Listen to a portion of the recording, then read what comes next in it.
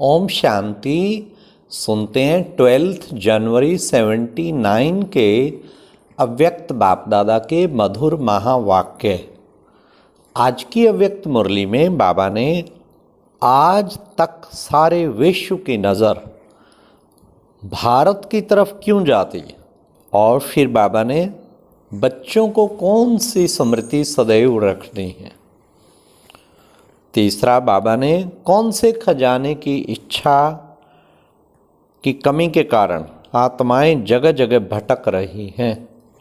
और लास्ट बाबा ने कहा खजानों को प्राप्त करने की चाबी कौन सी है। तो आओ सुनते हैं 12 जनवरी 79 की मुरली, अव्यक्त मुरली। मुरली का टाइटल है वरदाता बाप द्वारा मिले हुए खुशी के खजानों का भंडार। बाप दादा बच्चों के राज्य भाग को देखकर हर्षित हो रहे। सारी सृष्टि की सर्व आत्माओं से कितनी श्रेष्ठ आत्माएं हैं, कितनी सर्व खजानों से संपन्न आत्माएं। इस समय की संपन्नता का गायन, आप श्रेष्ठ आत्माओं के कारण स्थान का गायन सदा चलता आ रहा है। अब अंत तक भी भारत भूमि का गायन विदेश में भी महान है। स्थान का महत्व आप चैतन्य महान आत्माओं के कारण है। आज तक भी आध्यात्मिक खजाने के लिए सबकी नज़र भारत की तरफ ही जाती है। स्थूल धन में गरीब माना जाता है, लेकिन आध्यात्मिक खजाने, अविनाशी सुख और शांति शक्ति, इन खजानों में भारत ही सबसे संपत्तिवान गाया जाता है। तो आपकी संगम युग की संपन्न स्थिति के कारण ही स्थान का गायन है। इतने खजानों से संपन्न होते हो जो आधा कल्प वही प्राप्त खजाने चलते रहते हैं। इतना खजाना जमा होता जो अनेक जन्म खाते रहते। ऐसा कभी कोई सारे कल्प में नहीं बन सकता। संगम युग सर्व युगों में से छोटा युग होने के कारण इनकी बहुत थोड़ी सी आयु है। जितनी छोटी सी जीवन है, छोटा सा युग है, इतनी कमाई सब युगों से श्रेष्ठ है। सदा अपने खजाने को स्मृति में रखते हो। क्या क्या खजाने मिले हैं, किस द्वारा मिले हैं, और कितने समय तक चलने वाले हैं।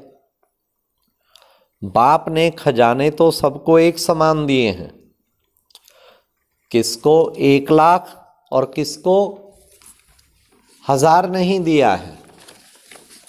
सब बच्चों को बेहद का अखुट खजाना बाप द्वारा मिला है। ऐसे अखुट खजाने से स्वयं को सदा भरपूर तृप्त आत्मा समझते हो। तृप्त आत्मा को सदा बाप और खजाना ही सामने रहता है। सदा इसी नशे में झूमते रहते हो। सबसे बड़े से बड़ा खजाना, जिस खजाने के लिए अनेक आत्माएं अनेक प्रकार के साधनों को अपनाती हैं फिर भी वंचित हैं, वह कौन सा खजाना आपको मिल गया है। आज दुनिया में किस खजाने की इच्छा है, जिस इच्छा के कारण आत्माएं जगह जगह भटक रही है। आप सबके पास सिर्फ अब के लिए नहीं, लेकिन अनेक जन्मों के लिए भी जमा है। वह कौन सा खजाना मिला है? वह कौन सा खजाना है? अब सुनिए बाबा क्या कह रहे हैं बड़े ध्यान से। सबसे बड़े से बड़ा खजाना है खुशी का खजाना। इसी खुशी के लिए लोग तड़फते हैं। और सच बात है, कई बार मैनेजमेंट कोर्सेज जब बड़े बड़े कॉरपोरेट में कराते हैं तो उनको 4-5 चीज़ें पूछते हैं कि ये धन, परिवार, फलां चीज़, फलां चीज़, फलां चीज़, और फिर एक खुशी भी होता है। कौन सी चीज़ आप सबसे अधिक चाहते हैं? तो सब खुशी पे 90% से अधिक खुशी पे टिक मार करते हैं, क्योंकि पता है धन दौलत बेहद होने के बाद भी कईयों मेजॉरिटी को खुशी नहीं है। तो खुशी का, बाबा ने कहा, खुशी का खजाना जो है वो सबसे बड़े ते बड़ा। इस खुशी के लिए लोग तड़पते हैं और आप सब सदा खुशी में नाचने वाले हो। आप सबके यादगार चित्र में भी खुशी का पोज दिखाया हुआ है। अपना चित्र याद है ना? अमृत वेले से लेकर इस खुशी के खजाने को यूज करो, सोचो व अपने आप से बातें करो। आँख खुलते कौन सामने आता है? पहले पहले संकल्प में किससे मिलन होता है? विश्व के रचयिता, सर्व खजानों के दाता, सर्व वरदानों के दाता बीज से मिलन होता है। इसमें सारा वृक्ष समाया हुआ है। सर्व आत्माएं भिखारी बन बाप की एक सेकंड की झलक देखने की इच्छा से कितने कठिन मार्ग अपनाते हैं, और आप श्रेष्ठ आत्माएं सर्व संबंधों से मिलन मनाने के अनुभवों को के श्रेष्ठ खजाने के अधिकारी हो। तो सबसे पहली खुशी की बात है अमृत वेले सर्व संबंध से बाप से मिलन मनाना। दुनिया भिखारी है और आप वो बच्चे, इससे बड़ी खुशी और कोई हो सकती है क्या? तो अमृत वेले से इस खुशी के खजाने को यूज करो। यूज करना ही खजानों की चाबी है। दूसरा, खुशी का खजाना, इतनी सिक्की लद्दी श्रेष्ठ आत्माएं हो जो स्वयं भगवान आपको पढ़ाने के लिए परम धाम से आते हैं। कितनी खुशी चढ़ती है। लंदन व अमेरिका से नहीं आते हैं, इस लोक से भी पार, जहाँ तक साइंस वाले स्वप्न में भी पहुँच नहीं सकते, ऐसे परम धाम से स्पेशल आपको पढ़ाने के लिए आते हैं। और फिर पढ़ाने की फी भी नहीं लेते हैं, और ही पढ़ाई की प्रारब्ध स्वर्ग का स्वराज्य स्वयं नहीं लेते हैं, आपको देते हैं। तो इससे बड़ी खुशी और क्या होती है? इस स्मृति से खजाने को यूज करो, इससे आगे चलो। कार्य करते हुए कर्म योगी का पार्ट बजाते, कर्म योगी अर्थात सदा बाप के साथ रहते हुए हर कार्य करने वाला कर्म योगी के समय भी चाहे कोई भी कर्म कर रहे हो, लौकिक व अलौकिक जीवन, लौकिक व अलौकिक, लेकिन ऑलमाइटी अथॉरिटी आपका साथी अर्थात फ्रेंड बनकर हर समय साथ निभाते हैं। ऐसा फ्रेंड फिर कभी मिल नहीं सकता। कभी फ्रेंडशिप निभाते हो, कभी कंबाइंड युगल रूप निभाते हो।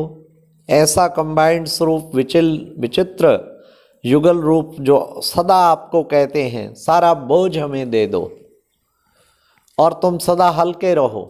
जब कार्य से खाली हो जाओ तो सबसे बड़े से बड़ा मनोरंजन का धन प्राप्त है। अगर आपको सैर करने की रुचि है, व देखने की रुचि है, पढ़ने की रुचि है, श्रृंगार की रुचि है, डांस की रुचि है, रूरवान करने की रुचि है, जो भी रुचि हो वह सब मनोरंजन के साधन आपके साथ हैं। देखने चाहते हो तो स्वर्ग को देखो, संगम युग की श्रेष्ठता को देखो, अपने और बाप के कर्तव्य की अलौकिक कहानी का ड्रामा देखो। सैर करना चाहते हो तो 3 लोकों की सैर करो, और श्रृंगार करना चाहते हो तो हर गुण के विस्तार से स्वयं को सजा लो। ड्रामा देखना चाहते हो तो 5000 वर्ष का ड्रामा देखो। क्या सुंदर बाबा ने सेट किया सेटिंग। हिस्ट्री पढ़ने चाहते हो तो अपने 84 जन्मों की हिस्ट्री पढ़ो, देखो। रूरवान करना चाहते हो तो रूह बन रूहों के रचता से रूरवान करो। और क्या चाहिए? इन सब साधनों से सदा अपने को खुश रखो, अर्थात खजाने को यूज करो। भोजन बनाते हो, भोजन बनाने के समय पहले भोग लगाना है, अर्थात न्यारे प्यारे ते प्यारे बाप को स्वीकार कराना है। इस स्मृति से भोजन बनाओ कि किसको खिलाना है। आजकल की दुनिया में अगर कोई प्राइम मिनिस्टर, प्रेसिडेंट आपके पास खाने आते हैं, कितनी खुशी होती है, लेकिन बाप के आगे ये सब क्या है? तो सदा बाप आपके साथ भोजन खाते हैं। भक्त बेचारे बार बार घंटियां बजा बजा कर थक जाते हैं, बुलाते बुलाते भूल भी जाते हैं, लेकिन बच्चों के साथ बाप का वायदा है सदा साथ रहेंगे। तुम्ही से खावें, तुम्ही से बैठें, तो इससे बड़ी खुशी और क्या चाहिए। तो भोजन के समय भी तुम्ही से खाऊं, यह स्लोगन याद रखो। ऐसे खुशी के खजाने को यूज करो और आगे चलो। अभी दिन का अंत समय आ गया, अर्थात रात का समय आया। अब रात को क्या करेंगे? सोने के पहले सारे दिन के समाचार की लेन देन, चाहे कंबाइंड रूप में करो, चाहे बाप के रूप में करो। एक दिन का समाचार दो और दूसरे दिन का श्रेष्ठ संकल्प और कर्म की प्रेरणा लो।